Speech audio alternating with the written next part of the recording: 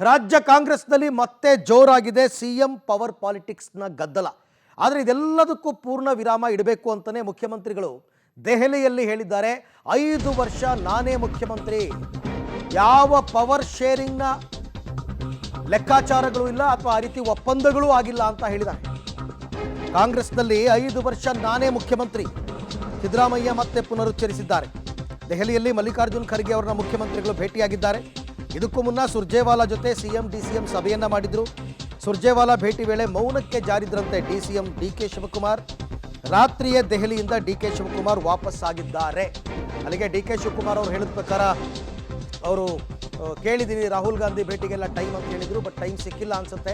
ಸುರ್ಜೇವಾಲಾ ಅವ್ರ ಜೊತೆ ಒಂದು ಮೀಟಿಂಗ್ ಮಾಡಿದ್ದಾರೆ. ನಿನ್ನೆ ರಾತ್ರಿನೇ ಅವರು ಬೆಂಗಳೂರಿಗೆ ವಾಪಸ್ ಬಂದಿದ್ದಾರೆ. ಆದರೆ ಅದಕ್ಕಿಂತ ಇಂಪಾರ್ಟೆಂಟು, ಎಲ್ಲ ಗೊಂದಲಗಳಿಗೆ ತೆರೆ ಎಳೆಯುವ ಕೆಲಸವನ್ನು ಸಿದ್ದರಾಮಯ್ಯನವರು ಮತ್ತೆ ಮಾಡಿದ್ದಾರೆ. ಈಗ ರೀಸೆಂಟಾಗಿ 5 ವರ್ಷ ನಾನೇ ಸಿ ಎಂ ಆಗಿರ್ತೀನಿ, ನಿಮ್ಗೆ ಯಾಕೆ ಅನುಮಾನ ಅಂತ ಕರ್ನಾಟಕದಲ್ಲಿ ಮಾತನಾಡಿದರು ನಂದಿ ಬೆಟ್ಟದಲ್ಲಿ.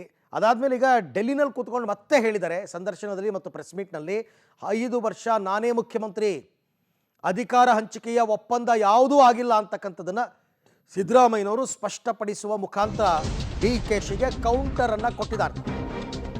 5 ವರ್ಷ ನಾನೇ ಸಿಎಂ ಹೇಳಿಕೆಗೆ D K she team silent counter ಕೊಡ್ತಾ ಇದೆ.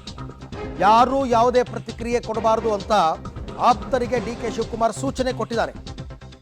ಯಾವುದೇ ಶಾಸಕರು ಸಿಎಂ ಹೇಳಿಕೆಗೆ ರಿಯಾಕ್ಷನ್ ಕೊಡಬೇಡಿ, ಹೈಕಮಾಂಡ್ ಇದೆ, ಹೈಕಮಾಂಡ್ ಎಲ್ಲವನ್ನ ನೋಡುತ್ತೆ, ಯಾರೂ ಮಾತಾಡಿ ಗೊಂದಲ ಮಾಡದಂತೆ ಆಪ್ತರಿಗೆ ಡಿ ಕೆ ಶಿವಕುಮಾರ್ ಸಂದೇಶವನ್ನ ಕೊಟ್ಟಿದ್ದಾರೆ ಅಂತಕ್ಕಂಥ ಮಾಹಿತಿ ಬರ್ತಾ ಇದೆ.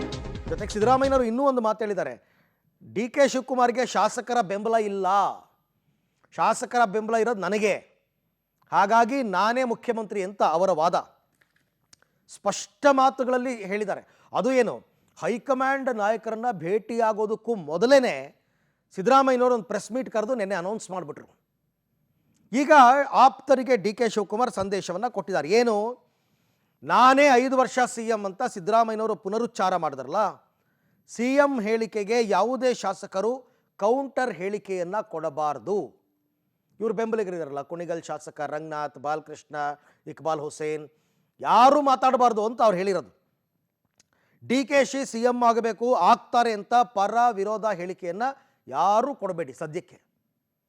ಸಿದ್ದರಾಮಯ್ಯ ಟೀಮ್ ಏನೇ ಹೇಳಿದ್ರು ನಿಮ್ಮ ಮಾತುಗಳು ಇತಿಮಿತಿಯಾಗಿರಬೇಕು, ಸುಮ್ಮನೆ ಮೈ ಮೇಲೆ ಎಳ್ಕೊಳಕ್ಕೆ ಹೋಗಬೇಡಿ ಅಂತ ಎಲ್ರಿಗೂ ಹೇಳಿರೋದು.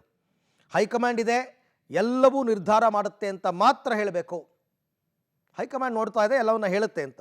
ಪಕ್ಷಕ್ಕೆ ಮತ್ತು ಹೈಕಮಾಂಡ್ಗೆ ಮುಜುಗರ ಆಗೋ ರೀತಿಯಲ್ಲಿ ಯಾರೂ ಮಾತಾಡಬಾರ್ದು.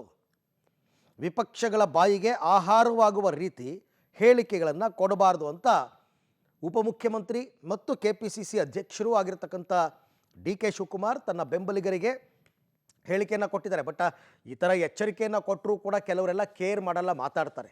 ನೋಡೋಣ, ಈಗ ನಿನ್ನೆ ಸಿಎಂ ಹೇಳಿರೋದ್ರಿಂದ ಇವತ್ತು ಇಕ್ಬಾಲ್ ಹುಸೇನೋ, ಕುಣಿಗಲ್ ರಂಗನಾಥೋ, ಬಾಲಕೃಷ್ಣನೋ ಯಾರು ಏನು ಮಾತನಾಡ್ತಾರೆ ಅಂತಕ್ಕಂಥದ್ದನ್ನು ಕಾದು ನೋಡೋಣ. CP ಯೋಗೇಶ್ವರ್ ಕೂಡ ಹೇಳ್ಬಿಟ್ರು ಕೊನೆಗೆ, ಇಲ್ಲ ಡಿ ಕೆ ಶಿವಕುಮಾರ್ ಸಿಎಂ ಆಗಲೇಬೇಕು ಅಂತ. ಸೊ ಹಾಗಾಗಿ ಈಗ ಇವರ ಬೆಂಬಲಿಗರು ಸದ್ಯಕ್ಕೆ ಸೈಲೆಂಟ್ ಆಗ್ತಾರಾ ಅಥವಾ ತಮ್ಮ ಹೇಳಿಕೆಗಳನ್ನು ಮುಂದುವರಿಸ್ತಾರಾ ಅಂತ. ಈಗ ಸಿದ್ದರಾಮಯ್ಯನ ಬಣದವರೆಲ್ಲರೂ ಮಾತಾಡ್ತಾರೆ ಇನ್ನು ಮುಂದಕ್ಕೆ, ಬಟ್ ಇವ್ರು ಏನು ಮಾಡ್ತಾರೆ ನೋಡೋಣ.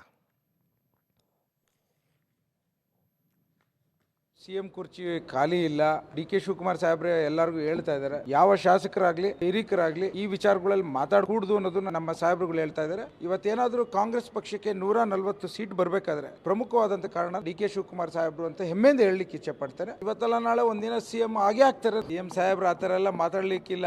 ಅವರು ಬಹಳಷ್ಟು ಸೀನಿಯರ್ ಪೊಲಿಟಿಷಿಯನ್, ಬಹಳಷ್ಟು ಸಂತೋಷದಲ್ಲಿ ಇದ್ದೇವೆ ಅನ್ನೋದನ್ನ ಮತ್ತೊಮ್ಮೆ ನಾನು ಒತ್ತು ಕೊಟ್ಟು ಹೇಳಲಿಕ್ಕೆ ಇಚ್ಛೆ ಪಡ್ತೇನೆ. ನಾನು ಒಬ್ಬನೇ ಅಲ್ಲ, ಸಾಕಷ್ಟು ಜನ MLAಗಳು, ಸುಮಾರು 100ಕ್ಕೂ ಹೆಚ್ಚು MLAಗಳೆಲ್ಲರೂ ಕೂಡ ಒಂದು ಬದಲಾವಣೆ ಬೇಕು ಅಂತೇಳಿ ನಿರೀಕ್ಷೆಯಲ್ಲಿ ಇದ್ದಾರೆ.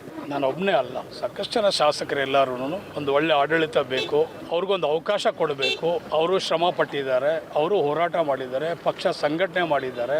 ಅವತ್ತು ಇದ್ದಂಥ ಸನ್ನಿವೇಶ, ಅವರಿಗೆ ಕೊಟ್ಟಂತ KPCC ಅಧ್ಯಕ್ಷರಾದಂಥ ಸಂದರ್ಭದಲ್ಲಿ ಇದ್ದಂಥ ಪರಿಸ್ಥಿತಿ ಯಾವ ರೀತಿ ಇತ್ತು, ಪಕ್ಷ ಇವತ್ತು ಯಾವ ರೀತಿ ಪಕ್ಷ ಸಂಘಟನೆ ಆಗಿದೆ, ಎಷ್ಟು ಶಕ್ತಿ ಬಲವಾಗಿ ಎಷ್ಟು ರೀತಿಯಲ್ಲಿ ಬೆಳೆದಿದೆ, ಎಷ್ಟು ಎತ್ತರಕ್ಕೆ ಬೆಳೆದಿದೆ, ಇದಕ್ಕೆ ಕಾರಣಕರ್ತರು ಯಾರು ಅಂತೇಳಿ ಎಲ್ರಿಗೂ ಮನವರಿಕೆ ಆಗಿದೆ. ಆ ಒಂದು ನಿಟ್ಟಿನಲ್ಲಿ ಎಲ್ಲರೂ ಕೂಡ ಅವ್ರಿಗೆ ಧ್ವನಿಗೂಡಿಸಿ ಅವ್ರ ಜೊತೆ